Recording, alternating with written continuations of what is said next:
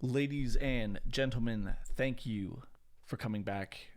It's week 2 of our relaunched podcast. I am Nick here as your host here at the Key Issues podcast. With me, as always, Mr. Garrett Gilmore. What's up, y'all? I'm here. I'm excited. We missed last week, but that's all right because today we got double trouble for you. We got 2 reviews, 2 for the price of 1. I feel like that's a value, even though you could get 2 hours of reviews. You're getting 1, but it's 2 reviews at the same time. So we're doing what comic companies always do. We're chopping up the content. We're selling it to you for more. You know exactly. But here it is. So it's been a week. Last week we didn't get a chance to get the podcast completed. We were having some technical issues, and we didn't get them solved until today. Oh, I already have messed up. I wanted to wear my Falcon and the Winter Soldier hat. So let's close the whole podcast you could go down. Get it, I guess. We'll restart it. None of this matters. Where's your Loki hat? Yeah, I didn't get one. They didn't have a cool Loki hat when we went to box lunch. They did have a cool Loki shirt, though. Yeah, that shirt was cool. I didn't get any shirts, though. I think it was a tough day. I was feeling fat. Wasn't really feeling like I was ready to buy clothes. It was an emotional response.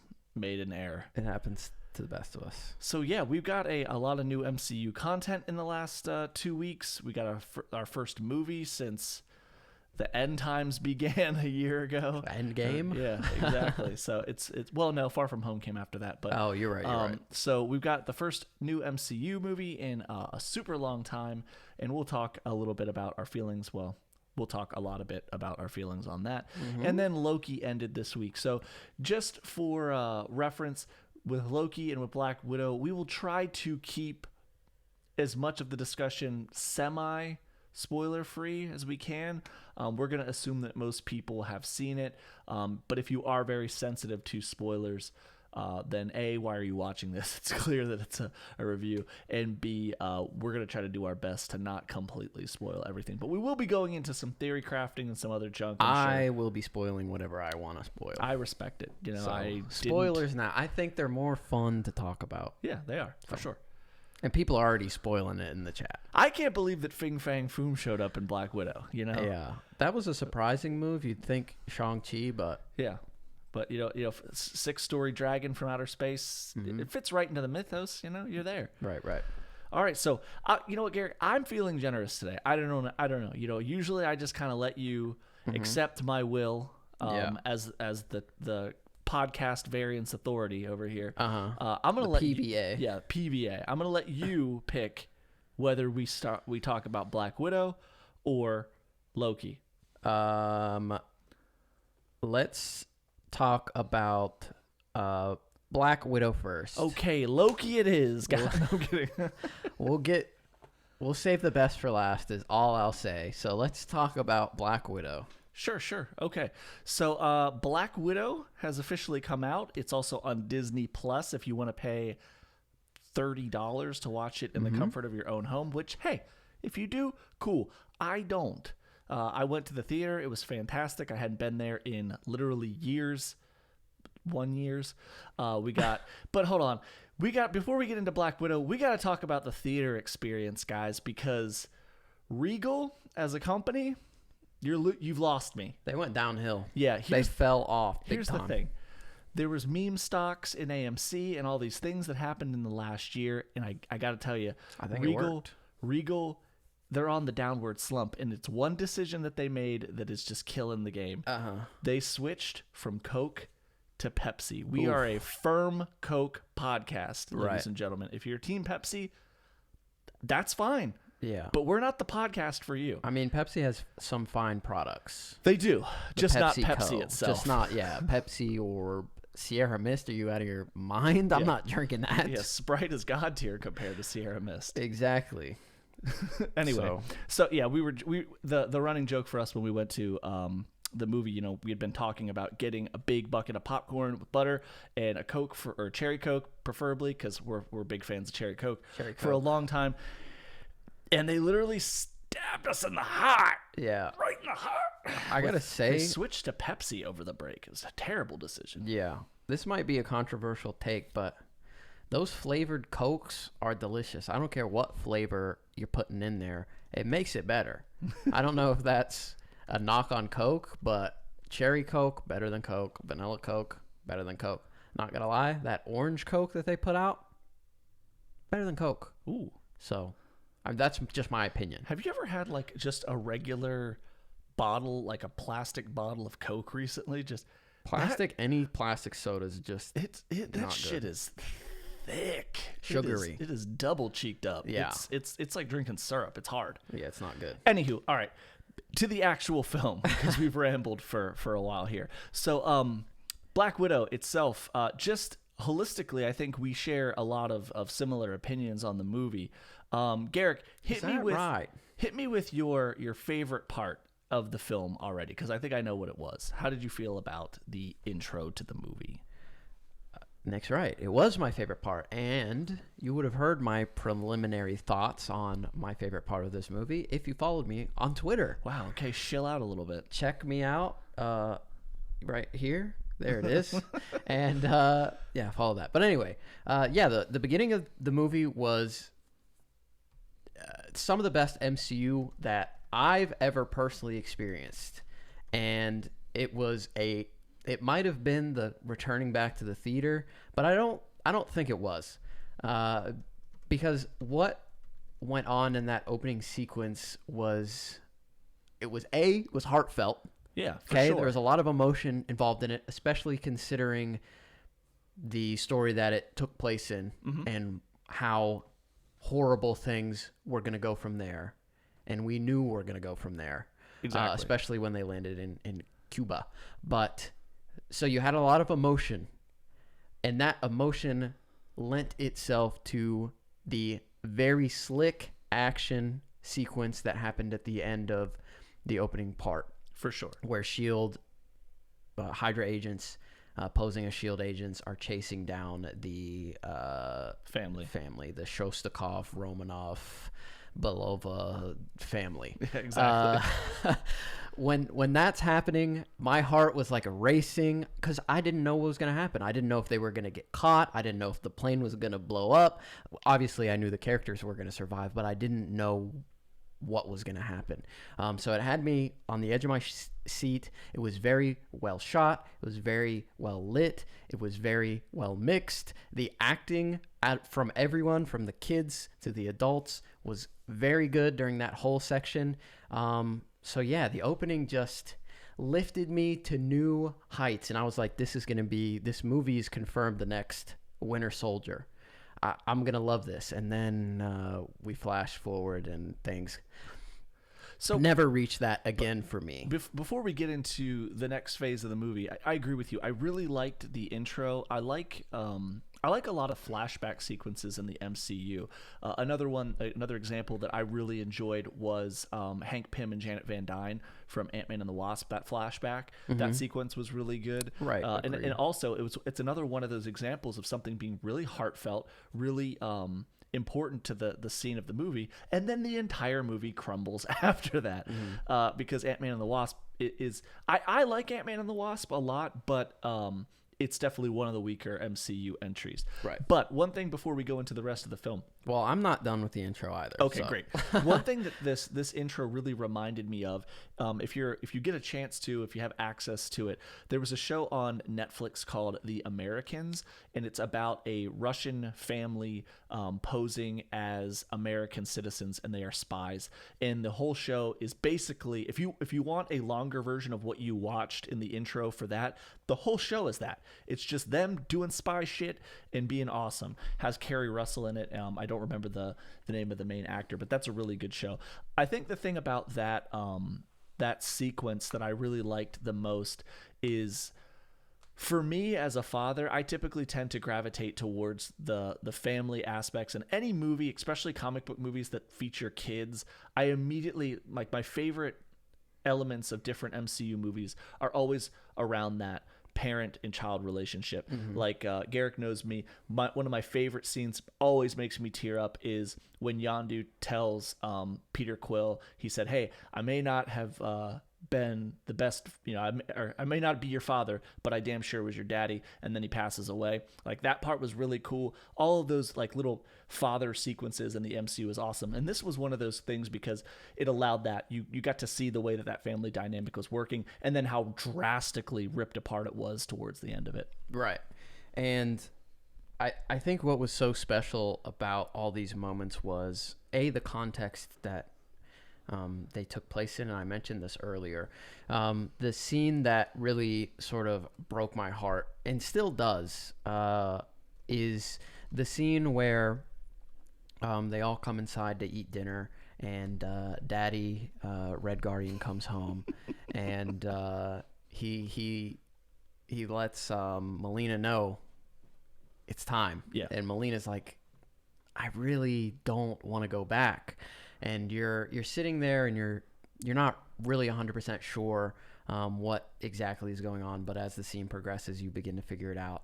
As he's like, all right, everyone, I told you one day we're going to go on this big adventure. And Yelena is ecstatic. She's a little girl. She wants to go on an adventure. She's been told about this basically her whole life, because she got there when she was 3. So she's like 6 now.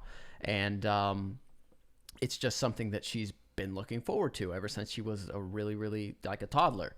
And she was super excited about it, but Natasha was it was the worst news she could possibly hear. Yeah. And you know why. She had been in the Red Room. She started at the Red Room younger than 6 years old.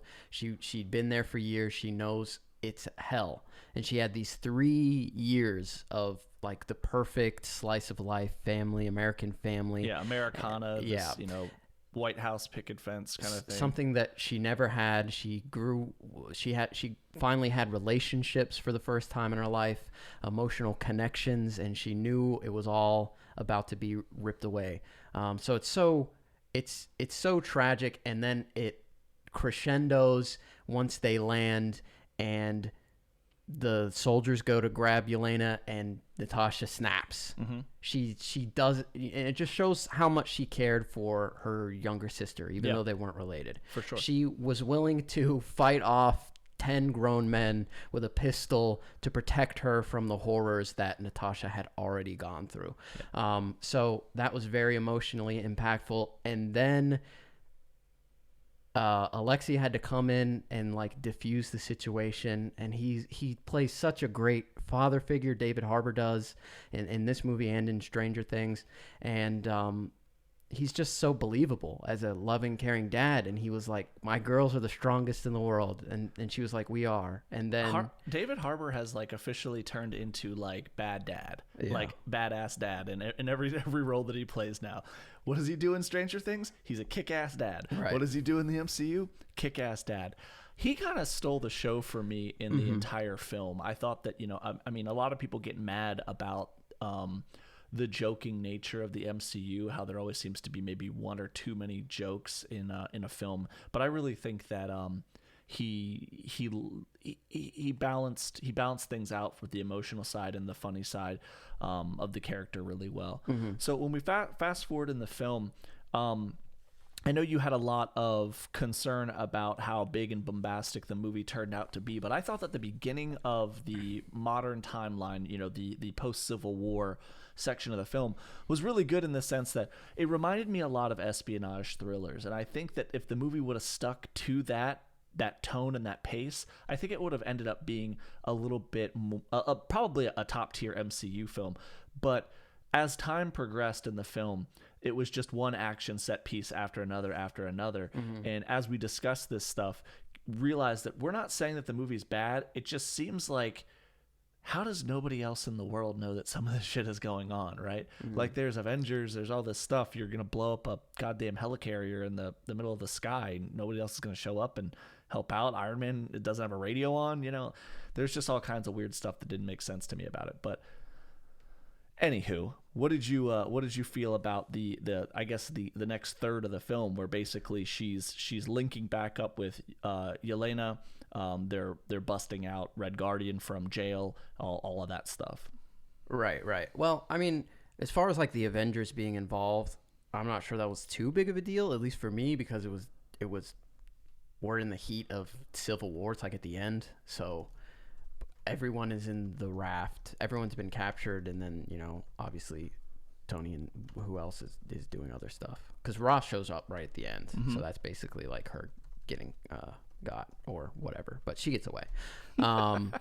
But the rest of the film, yeah, like you said, well, that was my biggest issue. It started off at such a high and then never hit that again for me, so the rest of it was obviously going to be disappointing. But it wasn't just that it didn't reach that high. I don't think it really ever got that close, except for the family discussion. I thought that was very emotional at the dinner table, and especially when again, another great David Harbour scene where he's with Florence, and they start singing American Pie. That was really emotional. I thought that was a great little moment between those two.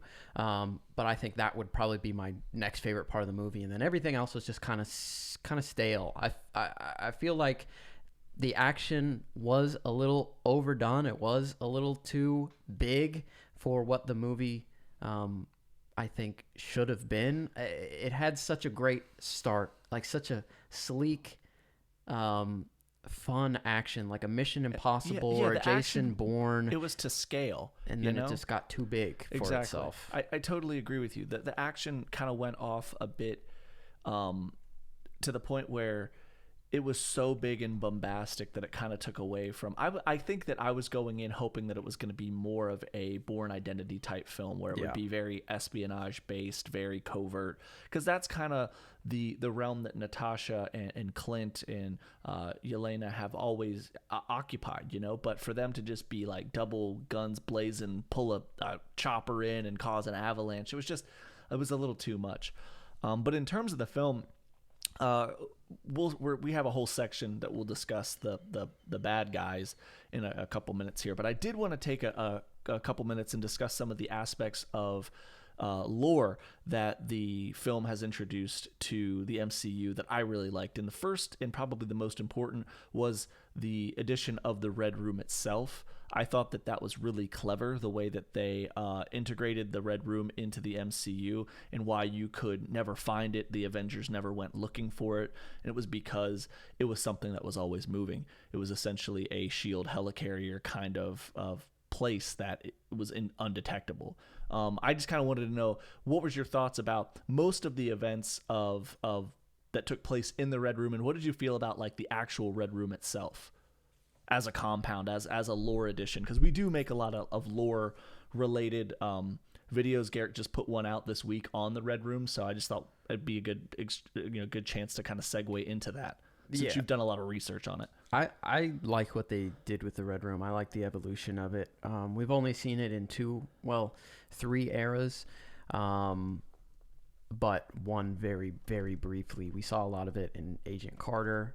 That was the first Black Widow that they had come in contact with, I believe, in the universe, like the first awareness of the Black Widows. And then we saw a little bit of Natasha's in like the early 2000s, and then this would have been most of it. But yeah, it was really interesting the way that the villain decided to hide above the radar, as I said in my video, instead of under the radar. But I thought the floating fortress was cool. I thought its ability to stay in constant motion was a great idea, and that's really the only possible way they could stay ahead of S.H.I.E.L.D., especially with everything that has been going on in the Agents of S.H.I.E.L.D. TV show, as well as all the stuff we know from behind the scenes.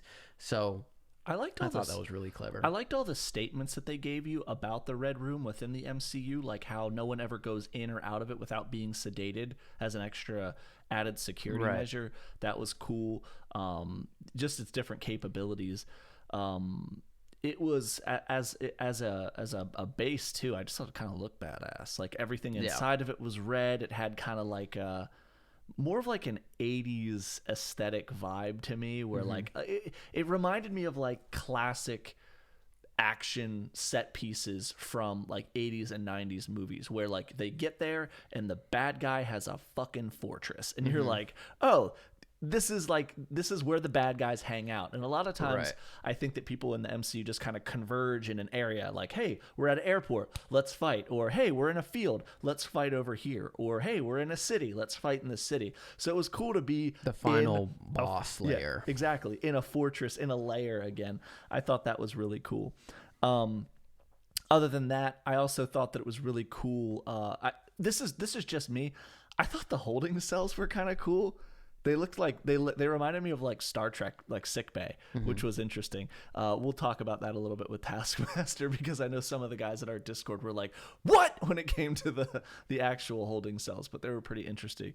So let's discuss, I guess, one other thing that I wanted to discuss here around Black Widow was I won't say controversy, but I would say the concerns that the general internet and people as a whole have with the character of Antonia Dreykov, aka the Taskmaster.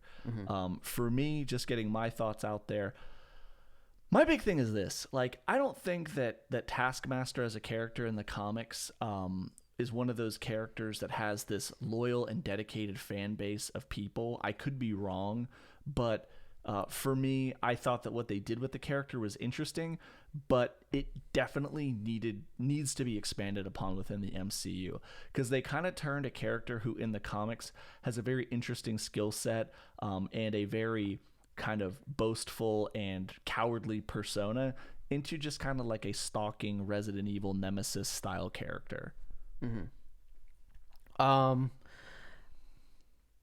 You could say you hated it. I saw it coming. Yeah. So I think most people the did. surprise, it felt really obvious, and people had been talking about it for weeks, and I the first time I saw Taskmaster, I was like, all right, that's a woman. That was just I felt it in my bones, and the character. I mean, they definitely tried to make him like make them look bigger. The armor was very like padded out to make it look like a guy, but it was like that's not a For guy. sure. For sure. it's the same. Sorry, he's yawning. It's the same thing that happened in Loki, and you can kind of tell when the MCU and various other things they're trying to gender swap or change a character. They don't always initially show you their face. And one of the things that Garrick and I talked about earlier today when it came to Taskmaster as a character is that it would be nice in some of these films if they didn't feel like they had to drop like a twist on us. I think that they could have done a better, if they wanted to for an espionage film, something like this, that they wanted to have that feel, they could have done something else other than this move, because ultimately I feel like they kind of robbed the character of any opportunity to have a personality or real motivation outside of I'm a thing that's manipulated by this other guy, and that's not really Taskmaster, and it's not even really like a variant of a Taskmaster that I can think of. I mean, I don't mind if you change the character beyond any sort of recognizability if the changes you made were more interesting. But this character is just, I get the whole, it's his daughter. Oh my gosh, I thought I killed you, but now I can save you. Yeah. But it didn't resonate with me. And I wasn't like, I was like, okay, the bad guy is bad to his daughter. Like, shocker. Yeah, exactly. And the character, every fight scene that she was in, except for the last one, was like in the trailer. Like almost every single shot of Taskmaster. So we didn't get anything new. I feel like the character was underused. For sure. Like they had a big tank and shot like an arrow. Like the coolest fight scene was when they fought at the beginning. Yeah. And that was cool. And I really liked that. I thought the lighting with the fire was really neat. And I liked that Taskmaster wasn't necessarily going after Natasha and going after something else. But after that, she beat the brakes off Red Guardian, got obliterated. Like he just got destroyed. It was embarrassing. Yeah. Like, and then, so the fight's going on, and everyone wants Red Guardian to win. He's so endearing. He's a funny guy. Everyone, most people are probably rooting for him over Taskmaster. For sure. And then he just gets mauled. He gets mauled, and then he just gets saved at the end, and Taskmaster gets locked in jail. And it's like, okay, it felt like we don't really know what to do with Taskmaster. Let's put them on pause until the final fight, and then they'll get out, and then she'll fight Natasha. And it was just, I don't think the character was well used. It's not the backstory change that is upsetting, or it being a female. I just don't think they did. For sure. I don't think they utilized the character enough. I rarely, if at all, care about gender swapping, race swapping, any of that crap in comics, because realistically, like, it just doesn't matter to me as a person. But one of the things that I think this movie could have done a lot better is eliminate the character of General Dreykov. If you're gonna have that emotional arc where you have Antonia as Taskmaster and she is hunting, whatever, that's the kind of thing.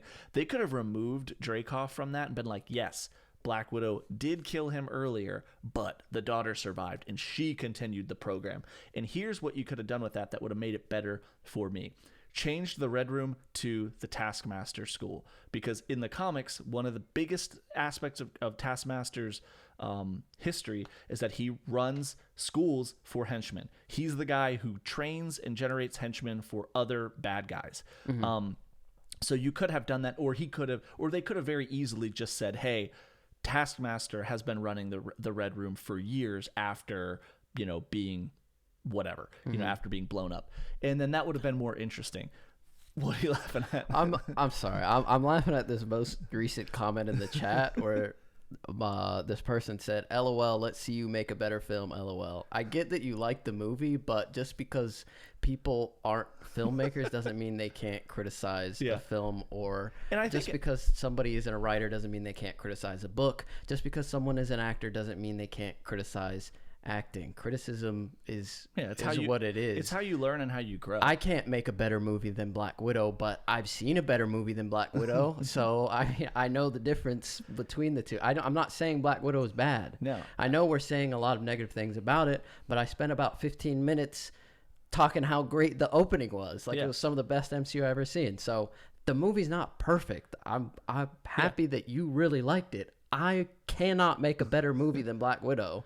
But that doesn't mean that Black Widow's perfect and is above criticism. That's just a weird thing to say. And I personally, in terms of my rankings, I have Black Widow, probably much higher on my own internal, listing of Mine's films. Way down there. Yeah, of films, just because I really enjoyed the characters. I enjoyed the relationships. I enjoyed Red Guardian and Yelena, and really I enjoyed Melina's character a lot as well. We haven't even really talked about Yelena, but she's essentially the main character of the movie. It's centered really mostly around her, I feel like. For sure. Unintentionally. Like, Black Widow is the title of the movie, but really it's more about Yelena than it was about Natasha. Like, she just happens to be the focus that gets you from point A to point B and ties these other more endearing characters together for me.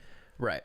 But yeah, so let me say some more positive things. All right. I think I'm painting this movie in a very poor light, and I think it's pretty good. I think it's slightly above average. So it's not the worst thing I've ever seen, but it's also not near the best. So you're not saying it's Suicide Squad? It's not. It's not Suicide Squad or Justice League or the Justice League. Okay, it's not reaching those. Sorry, levels. we are legally obligated to drop at least one piece of Suicide Squad shade per podcast. Right. Yeah, we're under contract for sure. Kevin Feige just sends us money every month. Yeah. But something positive. I really liked Red Guardian, like I had said before. I thought he was a really endearing character. I thought I want to talk about Red Guardian for 2 seconds. Can I? I just want to cut in. Go ahead. I'm going to slice in. Red Guardian in the comics doesn't have any powers. He's just a regular dude who is strong. Peak human potential. I love the fact that another MCU piece of lore that they included in here was they have another super soldier. So Alexei super soldiers. Alexei was another candidate who used a variant of the super soldier serum. He's obviously throwing around dumpsters, beating the shit out of huge guys in prison, punching steel doors off the frame. I got an updated super soldier video coming out this weekend. Wow, way to shill your own content. But I thought that was really cool. And the big problem I had with Alexei as a character, I'm gonna tell you right now, and I'm not okay with it. The Marvel Legends action figure came with a shield, and he didn't have one. So, well, come on. he stole Taskmaster's at the end. But that's not his shield. Well, he has a shield. It will be his, but the next time we see him, maybe we'll spray paint it, put like a little star on there. It'll be his the next time we see him. But I liked him a lot. I like the whole family a lot, but I think Florence as Yelena was the standout of the film, bad, by the way, for sure. And she is gorgeous, and she's a great actress. I love her in pretty much everything that she does. And especially in this movie, I think she sold the emotion of the character a lot. The accent was a little spotty at times, but she'll work her way into it or drop it completely. Yep, that's what Natasha did. Or that's what Wanda did. True. So, one of those two things could happen. I'm sure she does a great American accent. She's an elite spy. Yeah. But the scene that really gets to me is the dinner scene again. And I think Florence brings the most emotion to the table out of anybody in that scene. Pun intended. Her and David, especially, like I mentioned very briefly earlier. But when Natasha says, we weren't a real family, and she starts to break down, is like, we were real. That was real to me. Exactly. You were my real mom. You're the only thing I ever knew. You were my dad. You were my sister. Yeah. And that, I think the emotional core was there. It was just everything. The shell sucked. Yeah. The shell of just over the top action and just kind of messy pacing. I liked the shell, but that's just me. Was just not doing it for me. But the core, strong, as Red Guardian would say. I also really liked the dynamic between Red Guardian and Melina, all the weird sex jokes. They were adorable. They were a cute couple. I do hope to see him again in some capacity, and I do also like some of the historical elements that were thrown into the film with him, knowing that we do know that he was out there completing missions prior to the 80s before he was put into this program where he had to go to America and be a spy. There also is some conjecture within the Marvel Cinematic Universe on whether or not he did fight some other super soldier pretending to be Captain America. He mentions that he fought Captain America in the film, but we all know that Captain America was on the ice until the early 2000s, so there's no possible way it could have been Steve Rogers. So maybe it was Isaiah Bradley, maybe it was another character that we don't know of that was also a super soldier in the MCU. Not quite sure, or he could just be lying. But there's a lot of cool MCU history there that we hopefully might learn a little bit about in future projects or in background comics that are within the MCU universe. So that's pretty cool. Another thing I wanted to talk about real quick when it comes to the Taskmaster. I keep saying the Taskmaster, but it's just Taskmaster. I don't know why I keep doing that. Is the potential for this character to show up again. Obviously, I don't think that she was taken in. She could have been taken into custody at the end. We don't know. But I did mention in one of my videos that we put out yesterday that it would be really cool to see her show up as a member of another team or do something else that utilizes her skills within the MCU, whether she's a member of something like the Thunderbolts, which is a group of villains who band together to be heroes when heroes kind of can't get the job done, or kind of like a Suicide Squad type scenario. Or we might even see her show up again in Hawkeye or another show, something related to Yelena. So that would be cool. I just want to see that character again, and I want to see her actually grow and get to say like words other than "he's dead." Yeah, okay, that was it. That was your one line in the whole film. Yeah, that's me. Sorry, I was rambling a bit. No, I mean, you're right. The character I don't think we can write off at this point because there is room for aggressive expansion and on that character. They're gonna have tryouts. Yeah, I there's plenty of room to grow, as you said, because there has been no growth thus far for the character. Yeah.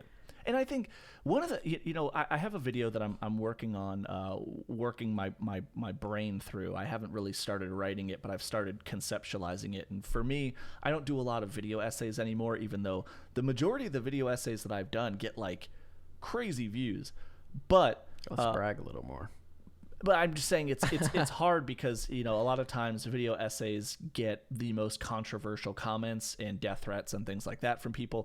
But one thing I really want to discuss in video format soon is going to be how I think MCU has reversed their problem with villains. And I think that they are in the process of course correcting a lot of the issues that they had with villains, where they basically would just show up and be like, here's a bad guy, look at him, he's bad, kill him, and then you never see him again. And I think a lot of these characters are going to be redeemed. And I think that Marvel realizes, hey, these are characters that people like, why not milk them a bit here, why not expand upon the character. And villains to me are always a little bit more fun than heroes because they have kind of fucked up motivations a lot of times. But some of the best villains in comics and in movies are always the ones that think that they're the good guy, like Thanos and stuff like that. So it's interesting to see what we do with these characters, how they grow, if they can be redeemed or if they get even worse in some cases. So any final thoughts that you have on Black Widow?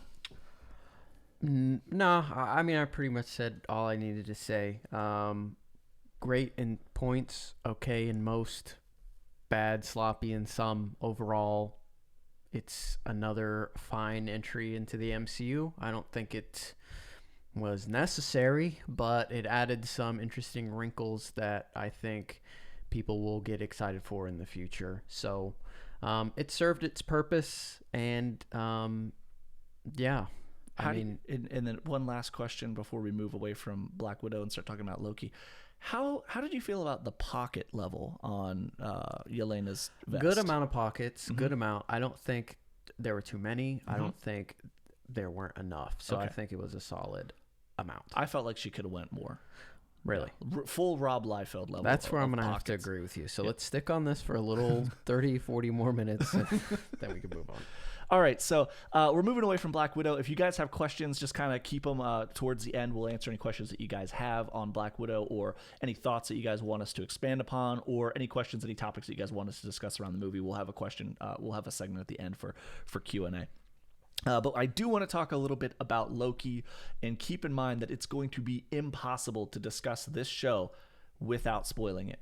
So that being said, if you haven't seen Loki, I apologize. Maybe come back when you've already watched the final episode, because I got up at 3 a.m. because Twitter is a ruthless hellscape that is constantly ruining things. Every time I get on Twitter, somebody's like, "Did you guys see Loki? It was so this is the thing that happened, and it's immediate." And no one gives spoiler tags, and they're terrible humans. So I knew I had to get up early to watch it, and then it ruined my whole day because I was exhausted. I had to work and take care of my kids.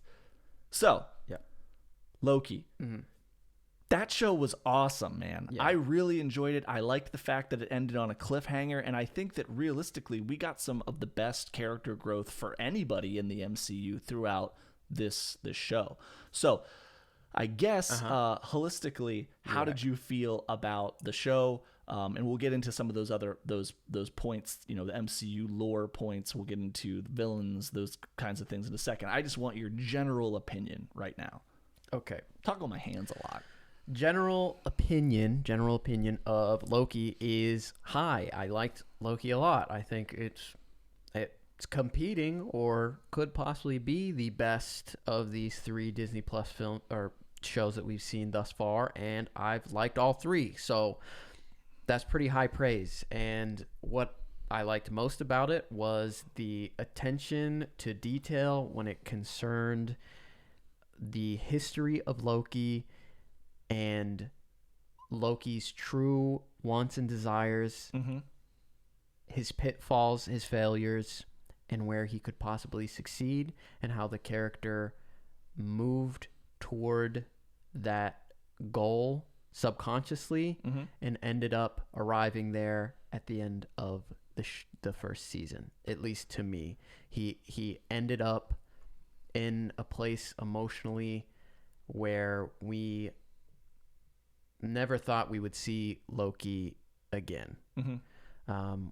And I thought that was great.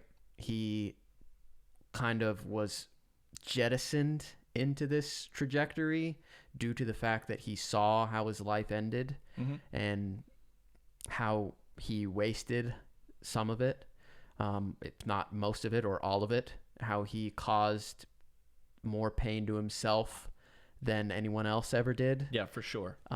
So he kind of was shoved into that very quickly, and then he progressed more and more as the show went on. He saw his other variants that had a deep impact on him and his impression of himself and how others view him, because he got to see firsthand how he would view another Loki from the outside, and he didn't like what he saw. Yeah.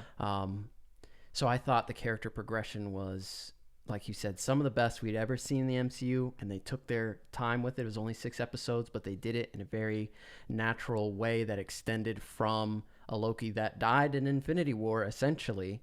We got to see, you know, that guy go through the changes in a more up close and personal way. I think it was interesting how we were given back a version of Loki that had done none of the character progression that we have seen from the main MCU variant of Loki throughout all of the appearances after, say, Thor: The Dark World. That's really when he kind of starts turning more towards I would say like an anti-hero type of character, where he's still a piece of shit, but he's trying his best to not completely screw everybody over at all points in time. And one of the characters that I thought really stood out in this show and did a really good job of holding like a bit of a funhouse mirror up to Loki was Mobius. Owen Wilson's character. And during the very first episode, you really, the first 2 episodes really, you kind of see how Mobius breaks him down and shows him how, look, you're kind of a joke to us. Like, everything that you do doesn't matter. And within the first episodes of the season, you see that these big cosmic dangerous things like the Infinity Stones are nothing to the TVA. They're nothing. This level of threat doesn't exist. They have absolutely no respect for the Loki that they've brought in, who in his own mind is this triumphant god with a glorious purpose. And as time goes on, he realizes that he's just destined to always fail. He's never going to be the person that gets the things that he wants.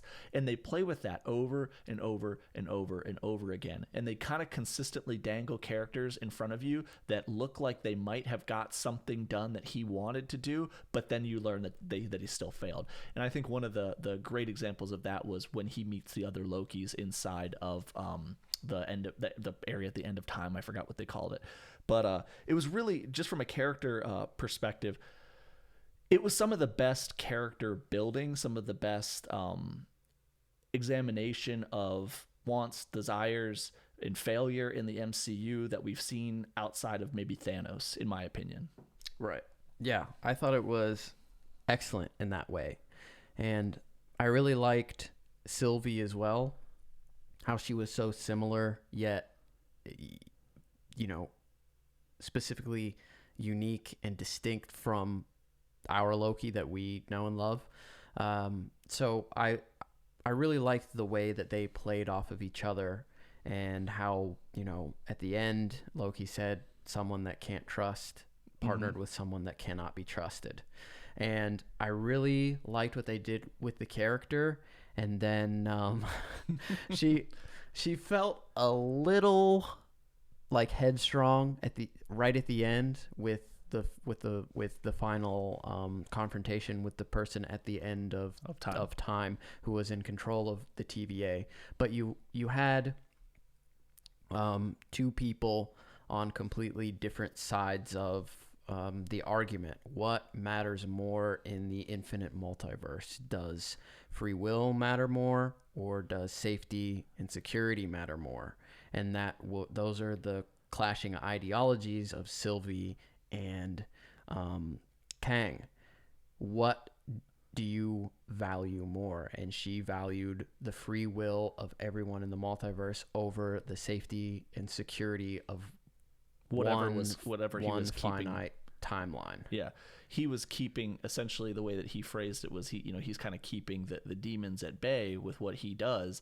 And in so doing that, he removed any possibility for free will or variance to occur. So everything that occurs exactly the way that he wanted it to occur, so that things don't get too bad. Right. And we'll discuss that character in greater lengths in a couple minutes. But my opinion on Sylvie is, I think that as a character, she she got, to me, she kind of got worse as time went along, and she had this like secular viewpoint of the world and never really grew in the same way that the main Loki did. And I think it's because they needed her to remain in that headstrong role of, I have a goal and I have to complete that goal because that's the only thing keeping me going.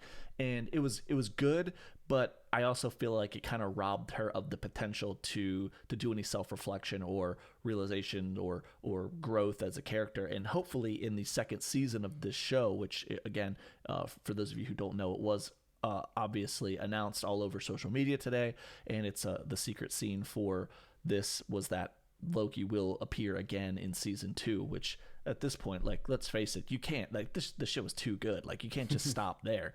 Right. But hopefully we will see the ramifications of her actions, and we will see some growth from her in that world. But I do really like that character. I thought as a Loki, she introduced a lot of cool elements to the power set that Loki can use now. He's capable of enchanting and things of that nature. So I also, shameless self-plug, have 2 videos on female Loki, one on the actual Loki from the comics, who is a female and reborn, and the other one on Sylvie Lushton, the second Enchantress, who was created by the main Loki as kind of like just a dick experiment that she did in the comics. So check those out if you want to. Jaheen, I think is how it's pronounced. Thank you very much for the $4.99. We appreciate it, man. And he says, with Kang getting it, it only makes me more excited for Fantastic Four and the X-Men for sure. I've been reading a ton of Fantastic Four with Kang littered into it in the last couple months, and it's all good. Everything that Walter Simonson wrote is awesome. If you haven't read it, check it out. It's all like the mid 300s of Fantastic Four, but I kind of diverged like 8 times there. I created my own branching timelines. I apologize. It was a Nexus event for the podcast. Bing, bang, boom. Fing, fang, boom. So let's talk a little bit about some of the other characters in the show, because they were really interesting to me. I definitely want to spend a little bit of time, not too long, on Mobius. I thought Mobius was a great character who in the comics fucking sucks, and in the show was very endearing. And I thought also, again, had a really cool arc. Went from this dedicated straight man who worked for the TVA to kind of being the guy who pulls at the strings and reveals the man behind the curtain ultimately. So I thought that he was a really good character. Your thoughts? Anything that you would have liked to have seen from Mr. Lightning McQueen himself?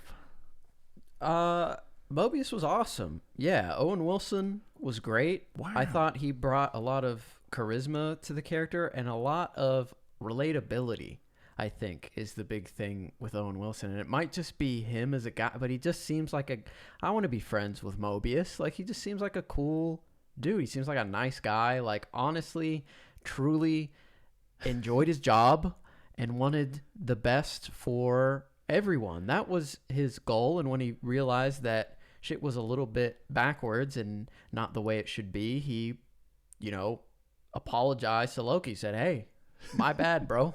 Hey, everybody. Owen Wilson here. And then he just got absolutely negged in his final little action scene by Renslayer. America's quietest actor. But yeah, he was great. He just seemed like a cool guy. And like you said, he was a great I'm a little bummed that they didn't let him say wow. Well, maybe season 2. Season 2, that's definitely, it's like his Avengers Assemble. Right, really. You can't give it to us immediately. He's like, Loki, I just want to go on a jet ski. Let's go out. You're wild, and I love that about you. I always have. But sorry if my Owen Wilson impression sucks. I think it's close. I think you get it a little higher. You're a little too deep. Wow, you're saying I gotta go higher? Too high. All right. But that's like a surprise to Owen Wilson. Yeah. All right. Well, we'll work on it off camera. You can't workshop these kind of things live. Sure. let's move towards the end of the series. The end of the series introduced just a tremendous. I mean, I guess we don't even have to view it from the end of the series perspective. There was so much awesome MCU lore introduced into the greater MCU by this show. The TVA, obviously, as an example, was just something that was really unique and kind of overwhelming as an entity. You're like this thing that exists, that's all knowing and all powerful and completely negs everything in the MCU that we've seen so far is kind of cool. And for it to have never been mentioned or shown before was almost unbelievable when we first got to it. But it's really cool how they worked it into the fabric of the rest of the MCU, and you can kind of understand why it is the way that it is towards the end of the series. But there's also so many awesome implications from the timeline, the sacred timeline, the Nexus events that are caused, the technology wielded by He Who Remains, and all those things that take place at the end of the show. So there was a lot of really cool MCU lore opportunities that we have to make on videos now. I don't know how close we're going to be able to get to them because we might have to wait for Loki season 2 to come out in order to kind of expand upon them and kind of extrapolate on some of the things that are in there, because we don't really know a lot about it yet. So I think the Marvel Studios has now set up the opportunity for them to take credit for every other Marvel film that has ever come out. X-Men, all that's canon in the MCU now. It could be. Then the multiverse. Raimi trilogy, that's in the MCU. Amazing Spider-Man movies, you know it. Deadpool. The Hulk TV show. From the 70s? For sure. Hell yeah. Japanese Spider-Man? Everything is now... It's all on the table. Well, not everything. If it appeared in the comics, it's probably not, because they're very clearly two different cosmologies, and because the MCU was confirmed one timeline, one universe, it could not be part of the comic book hierarchy. So two quick statements I'm seeing in the chat that I wanted to bring up. Michael asks, am I the only one that didn't like Loki? Yes, you're actually the only one. We did a poll. Person. Every person in the world responded, and you were the only one in the negative. So I don't know. Self-reflection, man. But and then the other one was May wrote, I feel let down that we didn't see a jet ski. And I feel 100%. I'm on board. Why was that Pizza Planet car that he pulled up not a jet ski? Could have very easily been turned into a jet ski with Mobius rocking double grenade launchers or something. Who knows? Right. But yeah, the last episode, major Marvel Cinematic Universe implications, and that's all interesting. It's all well and good. But I want to get to the man, the myth, the legend himself. Spoilers incoming. Kang the Conqueror, or as variant. he is in this, is a variant of Kang, who was more, I guess, benevolent and did what he thought was the best thing for everyone, which was to prevent himself from starting or continuing a multiverse war wherein, the possibility existed that the entire infinite multiverse would eventually be destroyed. So I guess he was thinking one universe better than none universe, right? For sure. But he was enthralling. I couldn't look away. I hung on every word. So charismatic, so deliciously flamboyant and like evil, but also this great guy who you wanted to get to know better. I wouldn't even say he was evil. I think the thing about Kang for me, or the variant of Kang, he who remains, that was interesting to me was he seemed like somebody who had been away from everybody for a long time. Like, do you know how when people are kind of locked away in solitary confinement and then interviewed, or they go on long expeditions into the jungle or wherever, and then they come back and they're very animated and they're just really excited to talk to people. That's kind of how he came across to me. Like, he spent these eons alone. He stated in the episode that he'd lived millions of lifetimes, so he's very, very, very old, and it's perceived that he probably has been very alone for a long time as well. So to be able to introduce, as a character, him in that way, I thought was really cool, really interesting.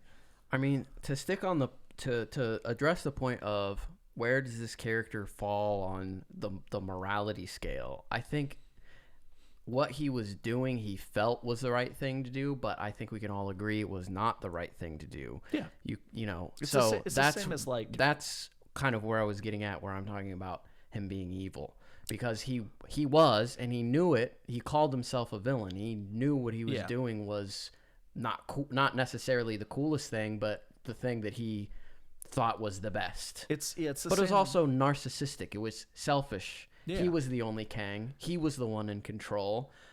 But if you think about it, it mirrors the exact way that Thanos viewed himself in the MCU. There's he was the only person that could do what needed to be done. He always said that in the film is that the hardest decisions take the strongest wills. If Thanos saw Kang and what he was doing, his mind would explode. Exactly. He would just die of furious rage. It's easy to also kind of start the discussion now, which we're not going to do on the podcast, but it is interesting to think about everything that's come before today's episode as almost like kind of like playthings to Kang. Every decision that he has made, or this version. I didn't, Kang, if you didn't love Black Widow, it's Kang's fault. Yeah, he made that. Not an Ant-Man and Wasp fan. Kang did it. Yeah, he did it. He did the dub. And one of the big things that's going to be interesting to see with Kang is that version of him knew everything past, present, and future up until a certain point. And now that that character is, again, spoilers, not in the picture anymore, it's going to be interesting to see what the, as he referred to it, less benevolent or pure of heart versions of himself are capable of doing. In the comics, there's something that we can definitely bring up. Sorry, I can tell I can tell that our stream is lagging a little, so I apologize. But in the comics, there is a thing called the Council of Kangs, and I have a feeling that we're probably going to end up seeing a bunch of different versions of the same character. So that actor has his job on lockdown for a while. Right. Okay. Stream should be back to normal now. But yeah. It looks regular again. Sorry for that. Kang was great. He completely stole the final episode. I watched his grand speech like 20 times just to make sure I understood it all, but it was also, again, very, very fun to watch him just explain how he had been puppeteering the entire universe up until this point. So, yeah, Loki, a solid dissection of the character, and I really liked pretty much every single direction it went. And we haven't really even talked about some of people's favorite characters that popped in and out. Classic Loki, I think everyone loved him. He was the more mature Loki that understood what Lokis were deep down, and really showed our main Loki his true potential and what he could really be, which is a hero. Or even his true destiny if he doesn't change the things about himself. Right, true. That, we're destined so to a bit cause of him both, failure. for sure. One thing that we're working on that should be out in the next couple days is I'm just going to break down the comic book origins and what information we have on every single variant of Loki that we saw in the first season. So look forward to that video, because that will be a character that we discuss in there more. So that's pretty much all we had on the first season of Loki. But now, since we only have a couple minutes left, I figured we could take a couple minutes and just answer any questions that you guys might have about our thoughts and opinions on Black Widow and Loki, or any questions that you have about the greater topics that we've discussed today, or any statements that you want us to elaborate on, or anything that you guys really want to talk about within reason. And while people are dropping comments down in the comment section for the video, let's talk about how Red Guardian tanked a bunch of different darts to the chest, because that was I just remember watching that scene as we were looking at it the other day, or as we were talking earlier today about it, and I completely forgot that he came out and he was all big and thick and swollen, ready to take down all these Black Widows, and then he just got completely embarrassed by darts like within 5 seconds. Yeah, poor guy. I mean, he did his best.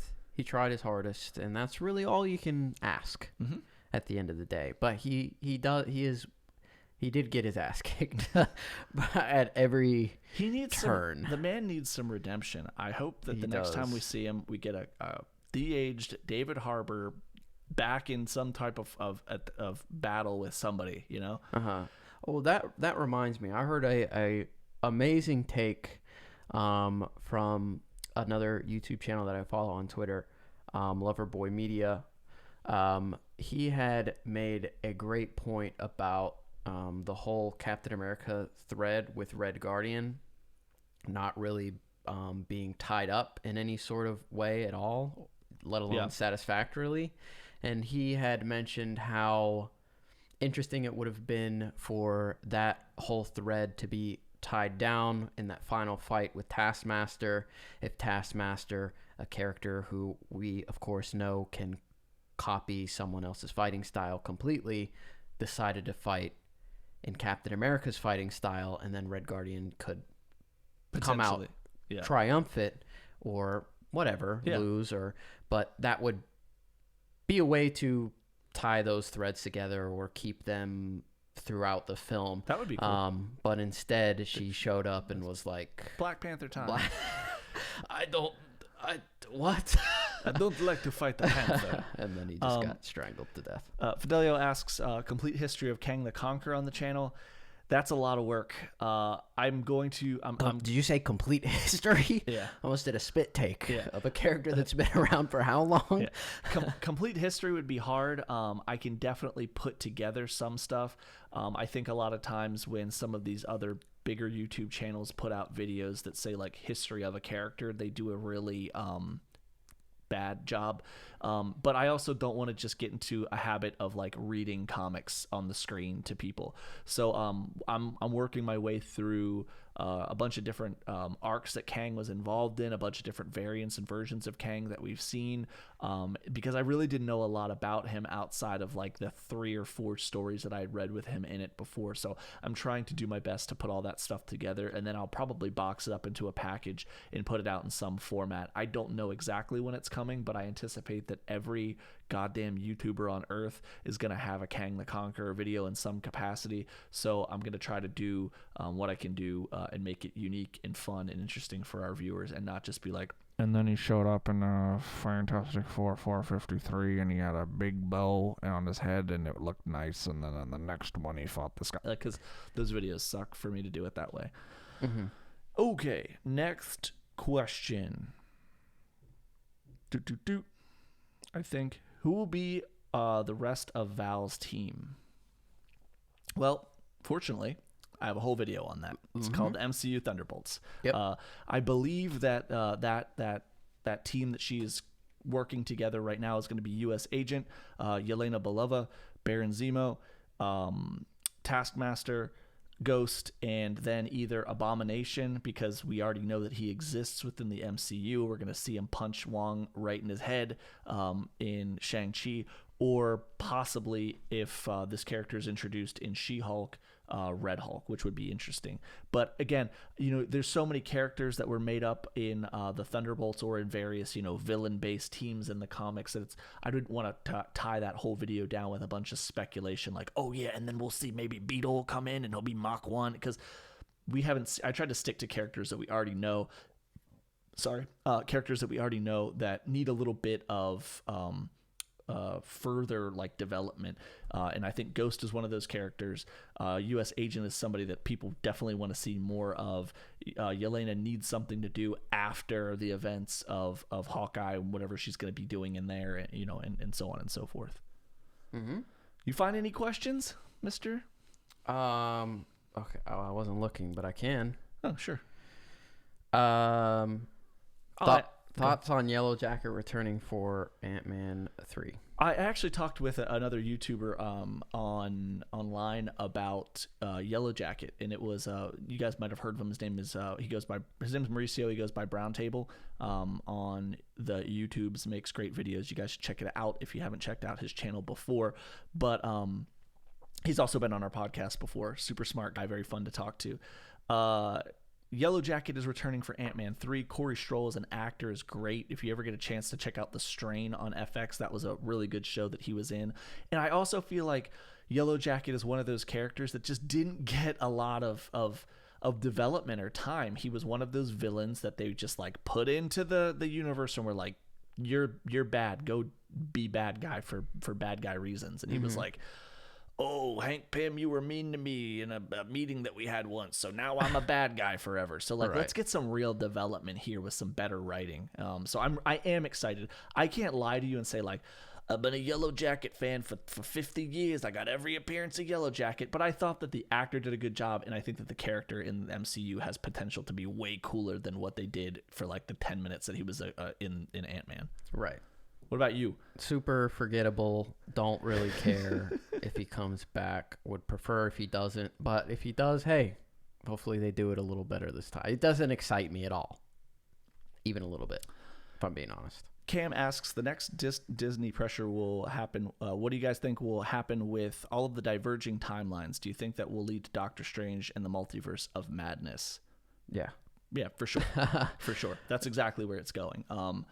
They broke the timeline in Loki, and now it's up to Doctor Strange. And, you know, we kind of joked around about this earlier where it would be funny if Loki and Doctor Strange meet up again, and Loki's like, listen, DS, like, I got to tell you, there's this guy out there, Kang, and you got to watch out for him. And Doctor Strange is like, yeah, I know who Kang is.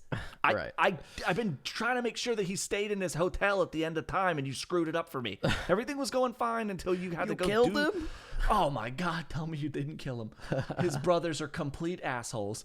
His variants are complete dicks. There's one, he goes by Marty, horrible at parties. Hate this guy. He double dips chips. He's conquering worlds. You don't want to mess with that one. He's the worst. He's the worst variant. But yeah, they're definitely going that direction in Multiverse of Madness. Mm-hmm.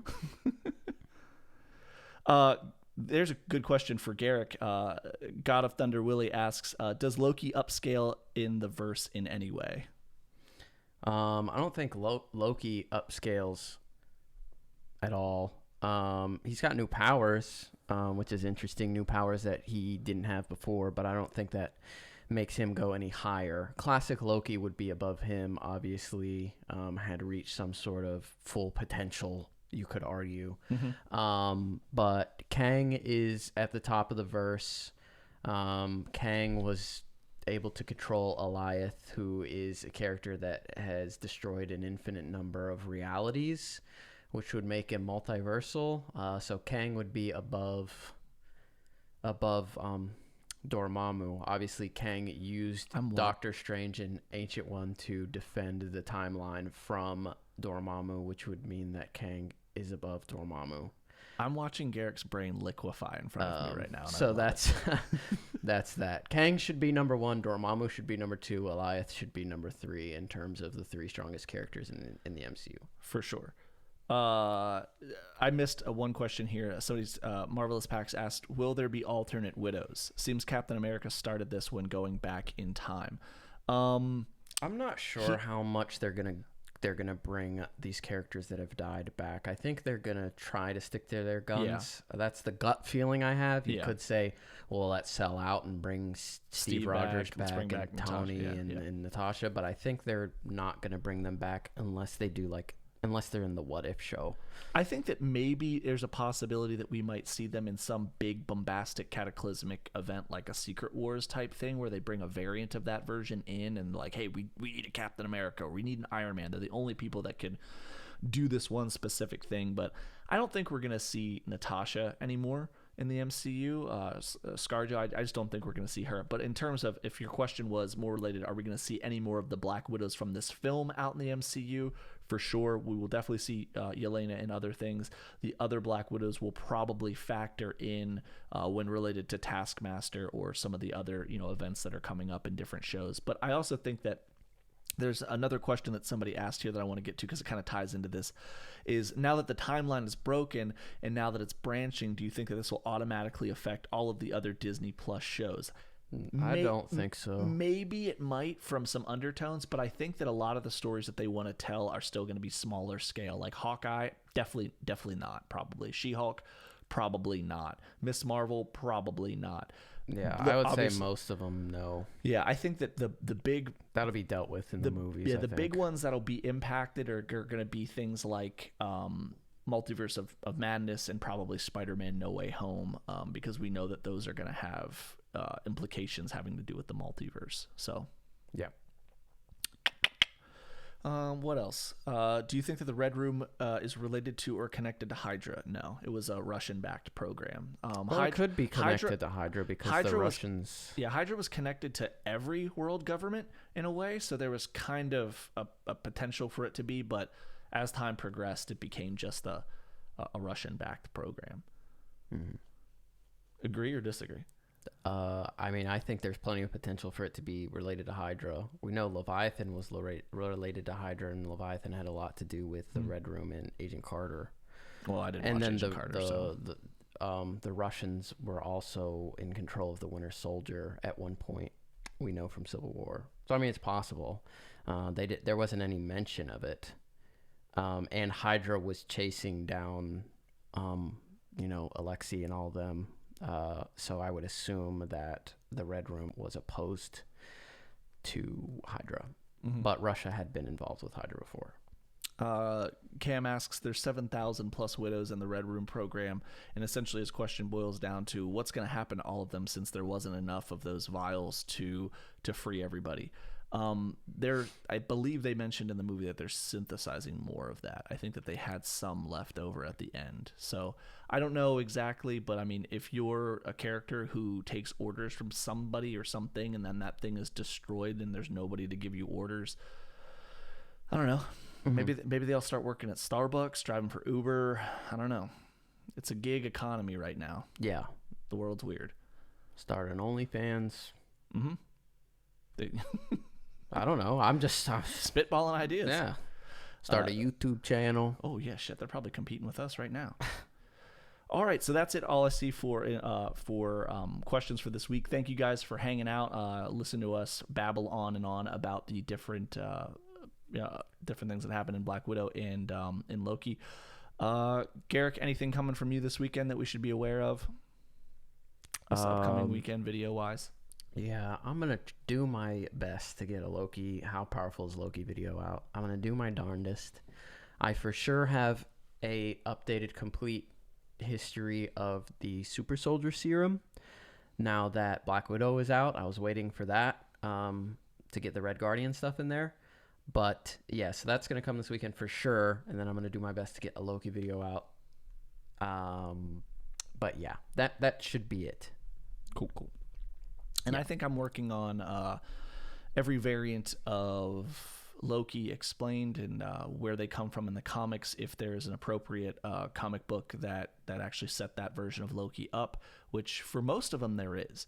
And then I'm also I'm also slowly but surely working on some information for Kang, but we're getting very close also to the release of Garrick and my most anticipated film this year, which is Suicide Squad. So I'm diving deep into characters in Suicide Squad that I literally know nothing about. So I'm going to be reading a lot of comics for that, just so I can get some history and origins videos out for some of the more interesting characters there. Yep. And that's it for us this week. Thank you guys for hanging out. We appreciate it. Check out our latest stuff. Follow us on Twitter. Our stupid names are down at the bottom. If you do things like that, you can tell us how good or bad our opinions are. I don't know, whatever you want to do, man. It's cool with us. We just appreciate you guys being here and hanging out. That is it for us here this week at the Key Issues Podcast. We will be back next week discussing, I don't know, maybe some stuff that happens between then. Who knows? We don't know what's going to happen. Maybe there'll be a Spider-Man trailer. We don't know. Exactly. Thank you guys for watching. This has been Nick, and remember the motto: comics over everything.